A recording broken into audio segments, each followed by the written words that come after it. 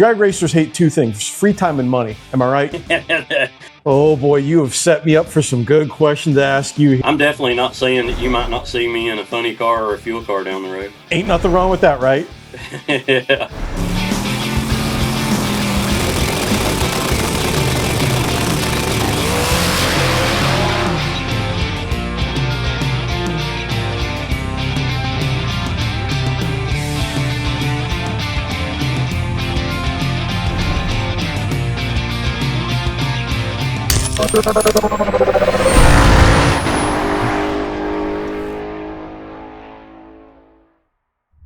What's up, everybody? Brian Wagner, lead content creator here at Dragzine. And guess what? We're kicking off the Dragzine Podcast once again. And we are just going in hard, fast, and straight on this reboot. And I figure, what better guest than someone that has gone real fast in a straight line, Mr. Jimmy Taylor. Jimmy, welcome to the new Dragzine Podcast.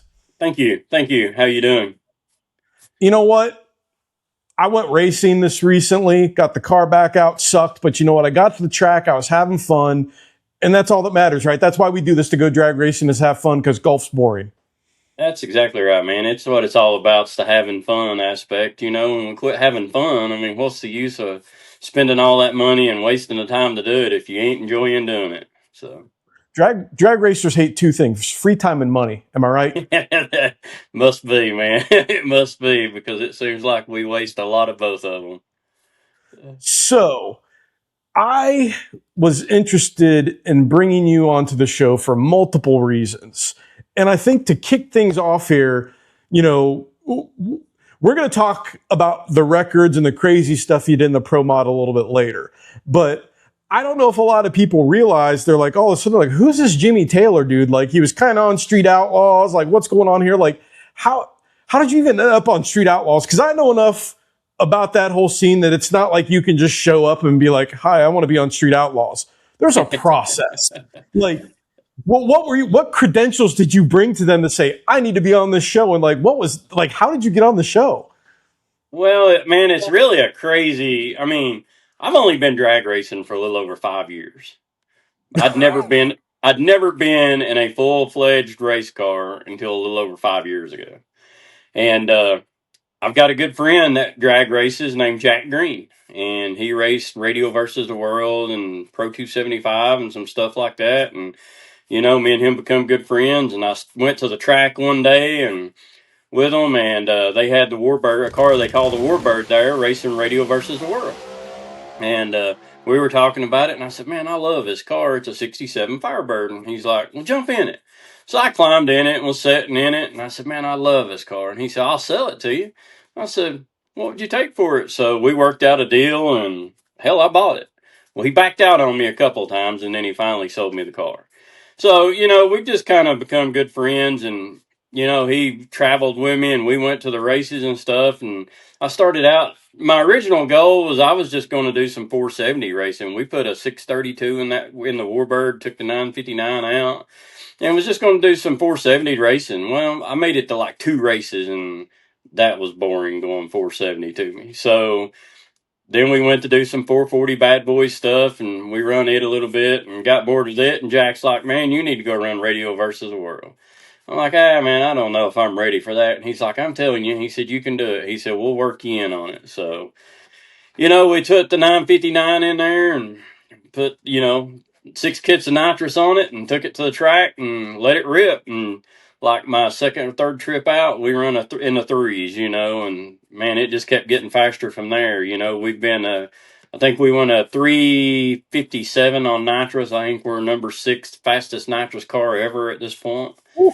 And, you know, we just started doing that, and then we got invited to race a race with a guy in a club, and they made it was an all steel roof and quarters car. Well, my car wasn't, but they told me that I could run it if I would just run it on motor. So we did, and we went and we won it. Well, we show up at the next race. We test for a couple of days, getting ready for the race, stay at the track and everything. We go up to pay our entry fee, and now keep in mind, they called me out of the blue, because I'd never called them to ask them if I could race this class. They called me out of the blue to get me to come and race this. And then after we won the first one, we decided we'd run the rest of them. So we show up at the next race, and they tell me that I'd been voted out, that I wasn't allowed to race it no more. So that kind of pissed me off. So I went and bought a 67 all steel Camaro, and we started building it. Well, a couple of my good friends, Jerry Bird and Daryl Bird, called me up, and they're like, "Hey, man, you've got a car that could compete in the MPK, we think. Why don't you come down and meet the producer, Sam?" So we went to Ohio and met Sam, and me and Sam kind of hit it off, and, we worked up a deal, and next thing I knowed, I was on Street Outlaws, running. So he brought me in, and we run a class that was kind of like entry level for Street Outlaws. You wasn't on the show. I can't remember what they call it now, but we ran it for three races, and then we got invited in to actually run on the show. So we raced 2 years on the show, and then, we just kind of got in there, and, it was a great group of guys. I mean, I made friends with Sean and Ryan, and, I was friends with the Bird Boys and Scott Taylor and Bobby and, Disco and Larry Larson. I mean, Larry was a teammate of mine for the whole time, and Greg Chandler. And I mean, man, it was really just like a big traveling family. We really enjoyed it. I mean, we got to do a lot of stuff and see a lot of stuff and made a lot of good friends and stuff. And, we just really enjoyed it. So I hated to see it end, but, I guess all good things come to an end. That's wild. I had never heard that's kind of how you got on there. And it didn't click until you said the Warbird. And I'm like, oh yeah, not like, Yep. like I hear names and cars and stuff like that. And when you said Jack Green Warbird, I'm like, okay, now Yep. it's kind of starting to make sense. The fact you said you're friends with the Bird brothers completely reminds me of the fact that you're not someone to mess with, because if you know about the Bird brothers, they're great guys. They will, if they say they're going to fight you, guess what? You're fixing to get a scuffle. There's no talking your way out of it. Well, we've actually become such good friends. I have bought a house in Louisiana, and I go down there pretty much, 1 or 2 weeks out of the month, and we go there, and we've got into airboat fishing, and we do it bow fishing. So I just actually come back yesterday from down there, and, we go down there all the time and bow fish and stuff. It's just a hoot with them boys. You just never know what you're going to get into with them's the problem. Based on I've always had fun with those guys, shooting pictures. They're cool guys, but Oh, yeah. definitely like one of those deals where if they say, hey, we're going to go on an adventure, make sure you got a little bit of bail money set aside just in case. Oh, yeah, just in case, because you never know. That's exactly right. So Street Outlaws comes to an end, and, natural progression is, hey, let's jump into a pro mod. Is that kind of how that went down? Like, how did you end up in the blue car with Carl and that whole deal? Because that, again, Carl built some bad pieces. So Carl was building my engines in the MPK. Jack Green hooked me up with Carl. So Carl was building my engines in the MPK. And, I mean, man, I can't say enough about his engines. The first year we run 16 races in the MPK. I never unbolted the motor from the firewall. Holy The cow. only thing we did was change rods and bearings and stuff like that in the car every 30, 35 passes. And we never, 16 races, plus all the testing and everything else we done, and we never unbolted the motor from the firewall. Never put a sleeve in one. I mean, we never hurt a motor. And, at that time, Jack Green was tuning for me in the MPK, and Carl was helping me some in the MPK too. And so when the MPK was kind of running the end of its course, Carl had built that blue car. Well, he kind of talked to me about running it in the Winter Series, driving it in the Winter Series, because I'd been invited to run the Winter Series again.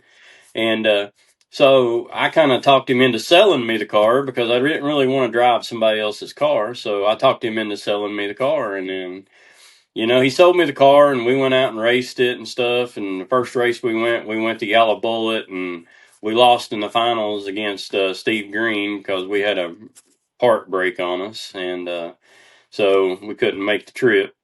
And then, me and him just got to talking, and I was like, hey, what do you think about us going after that world record? And he's like, man, let's do it. So, we got into that, and we got a bunch of our sponsors, to help us, like Johnny at Rosler Transmission. He would come to the track every time. Um, I mean, Neil Chance, Marty, he was freaking awesome. I mean, man, they re-engineered so much between them two to fix stuff and make stuff stronger to where it would hold up to that kind of power because, we estimated we were north of 7,000 horsepower in that car doing that. And I mean, we were just junking shit. I mean, it was just crazy how much stuff we were tearing up with that kind of power and how, it took us. Everybody thinks that we went and it took us a long time to do it, but it didn't. Actually, the first time we went, I think, for 4 days and tested. The second time we went back and done it for 3 days and we broke the record on the third time. So, I mean, I know everybody says we test and test and test and test to do it, but actually we had like 9, 10 days in doing it all together. It was just over a couple of trips. But I mean, what can I say, man? Carl is a badass on turbos, man. I mean, he's the man. I mean, there's no doubt about it. Ain't nobody can make a car run like Carl can. Oh boy, you have set me up for some good questions to ask you here because, like, I've got a lot of questions. I've got so many questions, as they say. You know, it. I've seen the videos, dyno in the car, this, that, and the other. Like, what was it like? Let's talk about getting ready to make a run in this car. I'm guessing you guys had to go over this thing like you were getting ready to go into space because you're fixing to do some wild stuff, going really fast in a car, a body that was not designed to do this. What was like your pre-flight checklist? What were you guys checking on this car to make sure, hey, I'm not going to die when I go down the track this time, am I? Like, what were you guys checking? We pretty much went over everything. Me and Carl and Pops and Spencer, and I had a couple of other guys helping me too, and we went over everything in the car. I mean, everything from checking the bearings in the rear end housing to checking the bolts on the front end. I mean, everything that we could possibly check on. We checked on it. I mean, our problem with one of the things is the nose pressure on the car was so strong it was pushing the nose down on the track. That's the reason we didn't go faster than a 511. I had to lift at 1,000 feet, and when I lifted, we were at 287 mile an hour, and I threw the chutes at 1,000 feet and lifted, and we still tripped it at 511 at 260 some mile an hour. And I mean, it was going to be right there at running 4 seconds, 300 mile an hour if I hadn't had to lift, if it hadn't have been dragging. Because I mean, we figured that dragging that much, because I mean, it ground the nose down on the car, so we know that scrubbed some ET and mile per hour off dragging it like that. Plus, it was rubbing on the nose was rubbing on the tires and everything. So, we had it set up for the next morning. We were going to go back out and run, and we were going to run it. And we'd figured, we'd stiffened up the front end and everything to make sure it wasn't going to go down on the track and everything. But it had rained a lot that night, and MIR has some cracks down track in the shutdown, and water was seeping out. They had the track good, but the shutdown had a little bit of water seeping out of it. And I told them, I was like, man, I just don't feel comfortable trying to shut a car down at 300 mile an hour in that. I said, I'm a nervous wreck just shutting a car down at 300 mile an hour on a good track, on something that's never been done, much less to do it, in something that's, a little bit iffy. So, Carl told me, he's like, man, we don't need to do this. We need to wait and do it another day. So we did. And, we just haven't got back to it yet. I wrecked a car last year in January at the World Series of Pro Mod. And, we've just been waiting to get it back together, but it's back together almost it now. It's back at Carl's shop and they're putting it back together. And so So, folks, let this sink in for a second. The man is going almost 300 miles an hour in a door car, which no one has done at a drag strip, at least. These cars are not designed for that, for the very reason you just talked about, the pressure on the nose of the car. And it's pushing down into the pavement on the tires as you're driving it. And somehow it managed to not eat itself and send you into low orbit. Yeah. It was we were blessed, man, that, I lifted when I did. And, everything. Because, I mean, odds are it wasn't going to make the trip if I'd have stayed in it. It was going to come apart. It just couldn't I handle mean, that much grinding and stuff. So, we were blessed. We were blessed it happened like it did. We broke the record. We got the eighth mile and quarter mile record. And I think we run a 340 in the eighth on that pass, So, you guys might have to do some dirt late model stuff there on those cars. So they got the noses kind of, like if you look at a late model, it's kind of got a nose like that for the turns. You guys might have to come up with like your own record setting, like front nose for a pro mod just to make sure that it doesn't rip its like. But in my mind, I'm sitting there in my mind, a couple other guys that we were watching this happen in real time. I'm like, this is nuts. Like, how are they keeping the windshield in the car? How are they keeping the nose from pushing? Like, because whoever made that body probably didn't go, I wonder what this is going to do at 300 miles an hour. And no one's going to go that fast. It'll be fine. Well, Like, we talked about putting it in a wind tunnel before we actually tried it, but we just never got the opportunity to do it. And then, you know, we just thought, heck, let's see what happens. hold my beer, watch this. Yeah, pretty much. That's pretty much what it was. So, What is it like going that quick and fast in a door car? Because I mean, my street car back, behind us here, I've only done 150 in that thing in the quarter mile. And when that thing hit the back half, I'd never driven a turbo car before. I was like, oh, wow, this thing's here to party. yeah. You're going 150 miles an hour faster than that. I can't imagine what's that like? Man, it's wild. It really is. But I'll be honest with you, it's amazing at what the human mind and body can get used to and normalize. I mean, when we were breaking the record, I can't tell you how many. I think we ran a 346 or faster 7 passes in a row, and we kept twisting the ends off the transmissions, and we just couldn't get them to hold. So then Johnny comes up and puts an 1.25 inch shaft in it. Marty overnights us parts for the converter, for the stator, and all that. And we finally, put a bigger input shaft and everything in it to where it would hold it. And then we go out the very next time and I think we run a 43 the next pass. And then I told Carl, I said, man, we already beat it by a couple of numbers. And we go out there and run the next pass and it run a 338. So. But, we honestly think we can get it in the 20s. I mean, we think we can run a 329 in the eighth mile in that car. Because when we were at when we were at the, what's the race that we broke the record in? The World Cup. Well, When we was at the World Cup, we run 5 numbers quicker to the 330 on one of the passes, but I had to lift because the car was way out of shape. oh, yeah. You could see it on the live feed where that thing was like, I can usually tell within 300 feet of feet if you were going to make the trip or not. Because if that thing even blinked, you were like, nope, we're going to lift.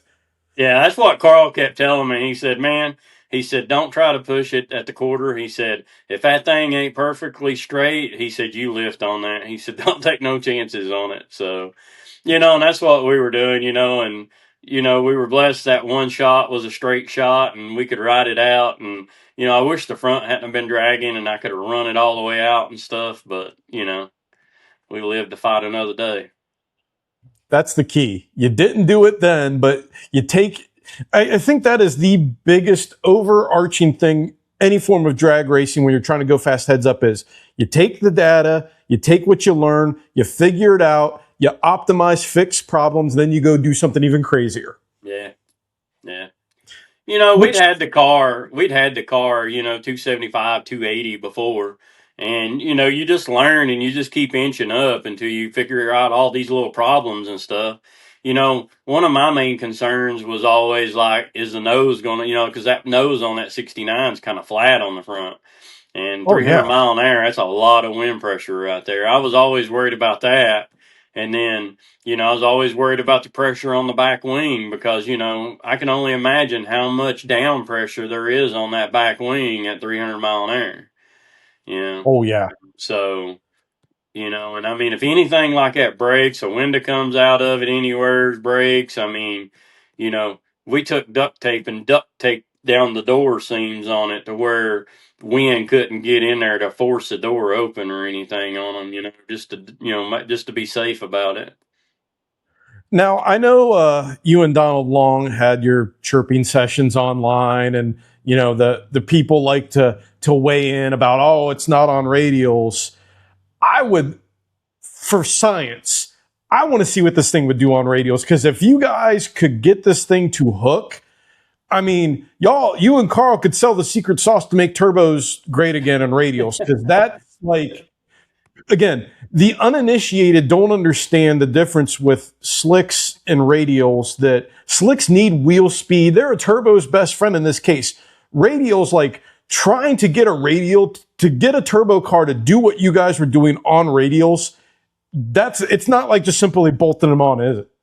No, it's a whole different world to get it to do it. But, I'll be honest with you, me and Carl's talked about it. Donald Long's got a race for the record that pays $100,000 in October. And, if our mind don't change, we're going to be there to race it. And, Carl seems to think we can put it in the teens on the radio. Yeah. Don't make me look stupid, because I've told people I don't think we're ever going to see someone go below a 340 on a radial. Like I've sworn up, like there's no way we're going to go quicker than a 340. And here comes Jimmy and Taylor, or Jimmy and Carl saying, "Hold my beer, watch this," and just drop a 310 on the world. I honestly think it would do it. I mean, the good thing about that car is it runs with the nose down. So, I mean, I think that a radial setup would work good on it, especially an 8th mile, I mean, I wouldn't try a quarter mile, on turbos in that car on radials. Ain't no way. But 8th mile, yeah, I would run, you're probably talking 252 mile an hour on radials in that car in the 8th mile. You're probably going to gain 10 to 12 mile an hour what that car would do versus what it done on big tire. We think we can get it close, maybe not 250, but close to 250 on big tire. And again, let's put this in perspective. Nitro cars are only going 30 mile an hour faster on fast ones. They're going 290 to the 8th mile. Yeah. You're not too far off of that. That's, again, that to me, knowing the numbers, knowing what these cars do, looking at the splits, that is just freaking insane. We talked about maybe trying to get a matchup with a nitro car to, race and do some kind of match race with them, best out of 3 or something like that down the road somewhere, see if we could get anybody to buy in on it. But I can tell you how to do that. See, there's this crazy man named Bill Bader that runs a track up here in Ohio, that if you said, "Hey, Bill, I want to match race a nitro car at night under fire," he would say, "When? I'm your Huckleberry." Like, he would do it. 100%. Would not even bat an eye, would be all about it. We would do it. I mean, we would we would run an 8th mile, definitely. If they wanted to race 8th mile, we would definitely do it. So. In my mind, the funniest visual on earth is you got the money guys trying to bet on the starting line. Watching them try to bet on the starting line with a nitro car would be hilarious. Yeah, it would be, no doubt. Not just, let alone the fumes, but when if you're standing in a typical spot when a nitro car launches, it changes your soul. Oh yeah. We've got another car we're bringing out next week, or at the end of the month here too. We've got it's a 500 GT Mustang that we've hooked up with Pro Charger and put a Pro Charger on one of Carl's motors, and we're going to go out there and we're going to use that car for kind of our clash race, just our pro mod racing, and run the other car in outlaw racing. So it's a Quartermax car. And then, Quartermax is building me a car too.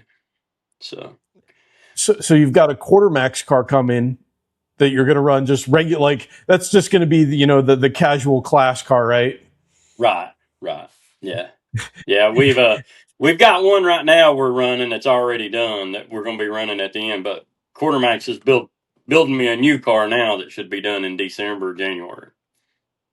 Now, kind of again backing up, we'll jump another spot in the timeline. Is that not only did you try to rotate the earth in the quarter mile in an outlaw car, you've also done some NHRA Pro Mod racing too, to a certain degree, haven't you? Yeah, I teamed up with Rick Horde at Jerry Bickle and drove Rick's car for a little bit. Rick, usually always drove it and everything, but he was just so busy, with where they purchased Bickle, and he has a big company down in Florida where they make boat towers and stuff like that. And so he asked me if I would be interested in driving it in the NHRA, and I was like, well, heck yeah, I would love a shot at that. So we drove it, we took it out, and we run it at Rockingham, but the car just had a few issues. It was an older Bickle car. And but we got the issues worked out. The car worked really well, and we broke a crank in it. So, and we made a heck of a pass in it when we broke the crank. So I was pretty heartbroken that we broke the crank in it when we did. So, and then we didn't have the parts and stuff to get another motor together that quick and everything at the end of the last race, at that last race. So they took it back to Bickle and worked on it, and I think he's got another motor coming for it and everything. But I think he's going to drive it the rest of the season. So, Bickle makes a heck of a car too, man. I can't complain at all. I love the car. It drove good and everything. It was a heck of a car. I was gonna say that's I got RJ to build me a car, and I'd talked to Bickle too, but Bickle was just a little bit out, so it was going to take me like a year to get on the list to get a Bickle car, because they're just so busy. It's just hard to get on their list and everything, and so I talked to Clyde, and Clyde's like, "Yeah, man, I can get you on there." So he got me on there, and I done a deal with him, and so I'm excited to get in it and see what we can do in it. But that's I can't. Rick and him were great to me. Ricky both were. Fantastic. Bickle was very good to me, and Bickle is a great car too. I'm definitely not taking anything away from Bickle. It was a fantastic car. and that's it's a tough life when it's like, oh, race a Bickle, race a quarter max car. It makes sense, and I think that's something that sometimes people don't understand when they're not looking at it from the inside. Is that sometimes like a high quality chassis shop, when you say a year out, like doesn't surprise me at all. Oh, Just yeah. because Yeah. when you are building that good of a car, there are people that are constantly showing up to your door with large checks, wanting something that, people get a new pair of shoes every year. Some people get, or more often, some people get brand new Pro Mods every year. Oh, That's yeah. just how they Oh, yeah. roll. Oh, yeah. And that's one thing too good about Rick, is I have to say, is, he won't let anybody jump in line or anything like that. So, hats off to them. They done good. They really, I was very happy with Bickle. So, you've kind of bounced around between doing the outlaw stuff, the non-outlaw stuff. What's it like kind of jumping from those two different kind of mindsets? One time it's just, you're running full tilt, trying to set a record every pass, but then you have to go to the winter series to a little bit. And when you're going to race, that's a whole different mindset, isn't it? Oh, yeah. Yeah, when you're going to the winter series and stuff, it's just a whole different atmosphere. You've got a lot of people watching. Luckily, the MPK had kind of prepared me for that, because I was used to racing in front of a huge crowd. So, when I first started racing the MPK, I was a nervous wreck going up there and seeing all them people in the stands and everything. But by the time I'd raced 2 years in it, and then, went to the winter series, I was pretty calm in the car. But it's just a whole different perspective of going to the winter series and going to some of these other races. Like the World Series of Pro Mod, there's nothing like lining up at the World Series of Pro Mod and seeing everybody on their feet and everything. And again, it was a screw car you raced in MPK, wasn't it? Or was it a Roots car? I raced a Pro Charger car the first in season 6, and then I raced a screw car in season 7. That's it kind of leads me to the next question. I know we're bouncing all over the place here, but what was it like for you from to transfer to move from these different cars because they are all completely different animals where a turbo car, you could sit there and probably take a conference call inside it. Meanwhile, inside the screw car, you're just praying that when you let go of the button, it's calmed down enough, it's not going to try to rip you in half. The Pro Charger car is going to shake your fillings out. Yeah. Well, when I was used to driving nitrous for years, and then Yeah. I got in a Pro Charger car and we went to Orlando and about 200 feet I let out. And Carl gets on the radio and he's like, "What'd you let out for?" I'm like, "Something's coming apart, man." I said, "It's vibrating." I said, "The car is about to come apart." He's like, "No, he said, "You're just used to that nitrous." He said, "That's just the way the Pro Charger Yeah. cars are." And then, I got into the screw blower car and I mean, it's just, it's so loud and just a completely different beast in its own. And then you get in the, turbo car and it's just quiet. You can hear everything. I mean, it's just completely different too.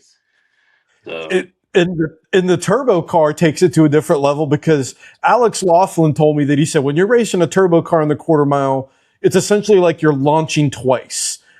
An oh eighth yeah. mile, when that thing goes into full party mode, he said it's like Star Wars, man. It's just like everything just kind of like starts like the stars start flying by you, right? At 300 feet, when the lockup comes on, you pull more G's than you do when you let go of the button on the line. I Holy mean, cow, I didn't know that. yeah, it's insane. Like when the lockup come in on mine and I was breaking the record, we were pulling like 4.2 G's when the lockup come on. I mean, it's And just insane that when that lockup comes on, that how it feels inside the car. I mean, it just kind of melts you in the seat. I mean, it's and wild. It really is. and I that's why love driving a turbo car. I really do. And, I wish that, and I hope down the road that we can, get more consistent with it. But, I just feel like for class racing, I mean, it's just hard to beat Proline, man, and their service and, the power their cars make. I mean, I was very happy to get on board with them and, you know, them pick me up and help me out on Proline and stuff. So I'm very excited to see what we can do with them. that's something I think that when you look at the bigger picture of racing pro mods, that if you are chasing a championship, you put a centrifugal on the car. It's Uh, just it's more yeah, consistent. You know, a screw or roots, maybe there's a power advantage. There's a lot to take on there, but it's not as a I don't think it's a consistent power band as power management is the Pro Charger. If you just want to go out and have fun and do crazy, stupid, fast stuff, the turbo is the way to go. Because when oh it's yeah, locked up and locked in, no one's touching you. End of yeah, story. yeah. I mean, a turbo, you don't have to worry about getting it off the line. It's going to get off the line 10 out of 10 times pretty much. It's right there at that 200 foot to 275 foot mark when that lockup's coming in is where you lose it at. But you get it to that point every time. So that's the biggest problem is getting, figuring out how to massage it in right there, especially in the heat of the day. Like, in the evening, it's no problem. I mean, you know, we run, I think, I can't even remember what we run in the World Series of Pro Mod now. And, we were just kind of playing with it right there to try to, not overdo it to make sure we wasn't going to kick the tire. But, we went back up again and the dew was just so bad that when me and Jason Harris lined up that I seen him coming over and neither one of us should have been running in that dew as bad as it was. We both should have been smart enough to say, we're done. We ain't doing this. But neither one of us was smart enough to say that. And luckily, he started coming left to my lane and he lifted. And I was just about to lift because I seen him coming over and then he didn't lift. And then I stayed in it. And I was like, man, that's the stupidest thing I ever done in my life right there. So, It but do do on a racetrack is scary because it looks fine until it's not fine. oh, yeah. Yeah. Yeah, it's especially when you lose it past 350 feet, it's usually a ride. It's usually there's some driving involved to keep it off the wall and straight and in your lane and everything like that when you lose it Oh, down the track.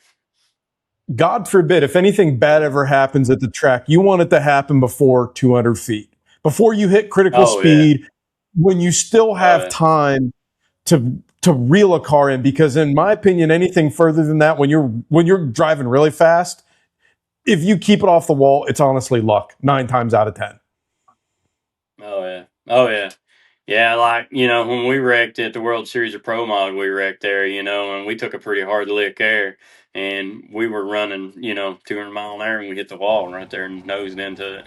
So, but the lockup, it came on and just give us that extra good jolt. And, it was rolling when it just, turned sideways with me. In a situation like that, it's not fun when you go from being a driver to essentially a passenger. That's not a Yeah, good feeling yeah, at all. yeah, I mean, honestly, it didn't really bother me that bad. I didn't get hurt or anything. I didn't go to the doctor. I didn't get shook up. My wife was more tore up than anything, and then she come running down through there, and there was fluid all over the track, and she slipped and fell on the track, and I mean, she got hurt and was more tore up over it than what I was. I was more worried, that she'd gotten hurt hitting the pavement. So, but That I mean, it's just. Honestly, I didn't realize I had took that hard of a lick. To be honest with you, like I hit the wall, and I was trying to make sure the car didn't go in the other lane, and it wouldn't steer.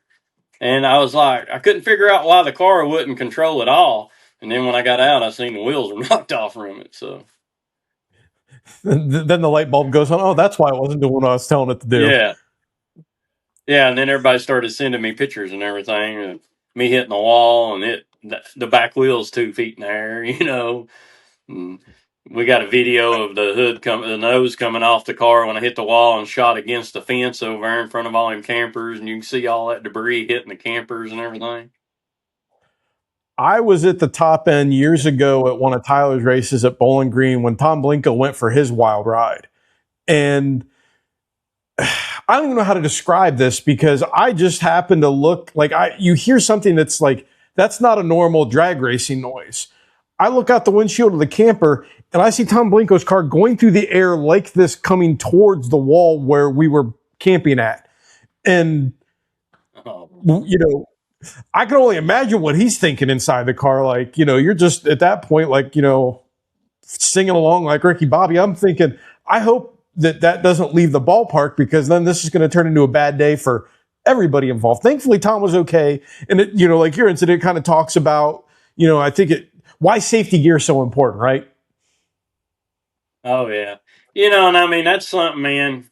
When I used to race 470 stuff, I was the most probably stupid person there ever was because, like, I never wore a Hans.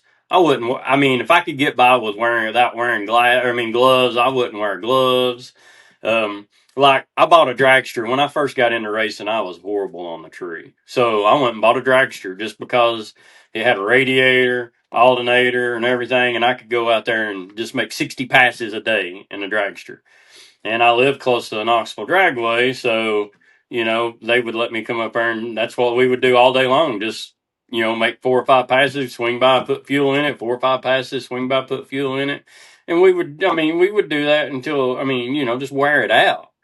And I mean, they've been many times we'd show up and race, and they would be fussing at me because I would be in shorts and a dollar store black jacket that looked like a fire suit, and that's what I would wear in that dragster racing until they would fuss at me and threaten to kick me out, and then I'd put a coat on. I wouldn't even get out of the car if there was a wreck or something. I wouldn't even get out of the car because I had tennis shoes and and shorts on in the dragster. So, but as I started going faster, man, I started taking safety a whole lot more, and I'm blessed I never had a problem when had a wreck or bad accident back when I was stupid. Because after I started going faster, I didn't shortcut anything. I mean, I was a 20 fire suit. I wore a Hans device, even if I was just going out there to make a 60-foot pass, I put a Hans device on. I always put my Lyle Barnett. I'm friends with him, and I've talked to him about his accident when he got burned up, and he's impaled it in my head. I always flip that visor down. You never know what's going to happen. And, I never leave the line. I never stage that car without my visor being down now. And I used to make the whole trip and never flip it down. So, I used to when wear, I was five gloves instead of 20s, with alcohol just because I didn't like how thick the 20s were. But, now you couldn't pay me to get in and do stuff like that. I got a lot of funny looks at the track because I just run my little all motor car in the no box class, and I've got a SFI 20 suit on, gloves, driving shoes, Hans device, the whole thing. Still going 100 miles, 100 plus mile an hour and 8 miles. Nothing to sneeze at. And I'm watching the people getting ready around me, and they're putting on pajama pants, and to each their own. But I'm not that guy. I'm like Yeah. you. I'm not Yeah. that guy anymore. Yeah. I'm I I'm would, wearing I mean, man, if I get in the car now, I am fully suited. Even if it's a dyno or whatever, I am fully suited. Fire protection and everything, just like I would if I was getting ready to make a quarter-mile pass. I don't wear Hans and dyno, but I wear everything else.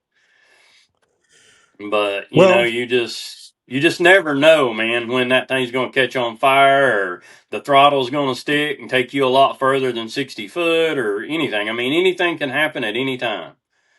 And that's the thing about race cars. You just never know when it's going to happen. The only thing you can guarantee is that somewheres, if you race long enough, somewheres down the road, you're going to need all that protection. Something's going to happen. It's not if, it's when, right? So, oh yeah, some point something's going to happen.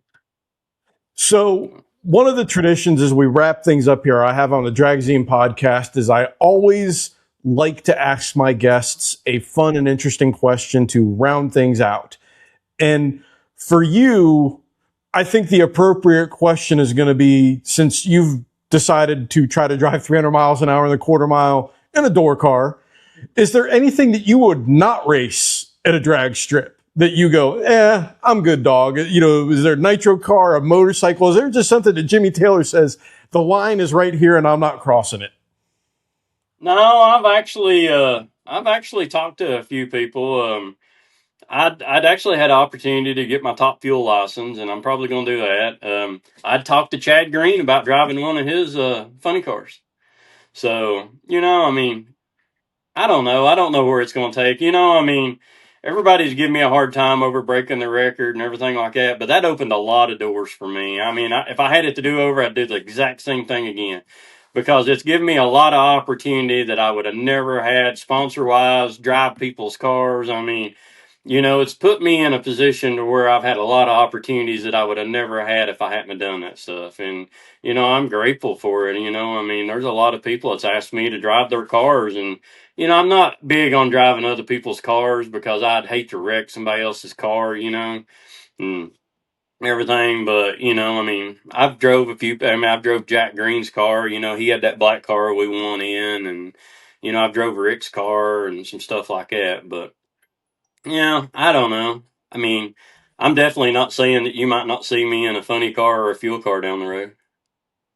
You know what? That's ain't nothing wrong with that, right? Yeah, yeah. I mean, I could only imagine the G-force in a funny car, so we'll see. So Time will tell.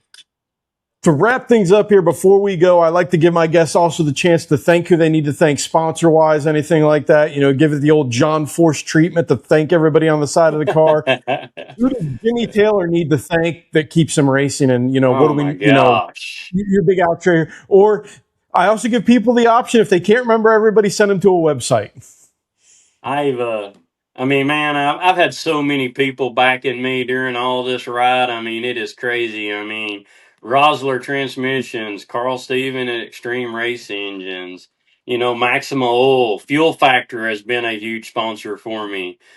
Jack at Atomizer, he's been huge. Um, Pro Charger. Oh gosh. Who else? Son? Help me here. Precision? Who? Precision? Yeah, Precision Turbos. Husky head gaskets, Diamond Pistons, MGP rods. I mean, uh,